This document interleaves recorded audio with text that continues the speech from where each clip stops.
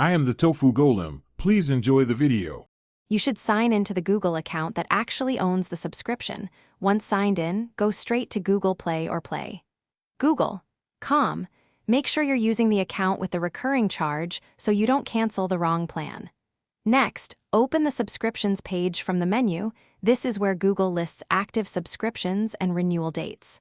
While there, note the billing date and any trial end dates so you can see the refund eligibility and timing before you proceed to cancel.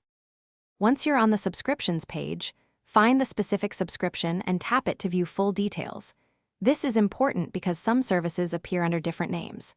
Review the next charge date and cancellation policy so you understand whether you qualify for a refund or if service continues until period end.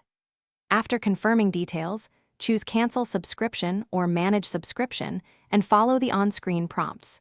Google will often ask why you're canceling, so pick a reason and continue to complete the cancellation flow. Confirm the cancellation at the final prompt and save the confirmation email or take a screenshot as proof.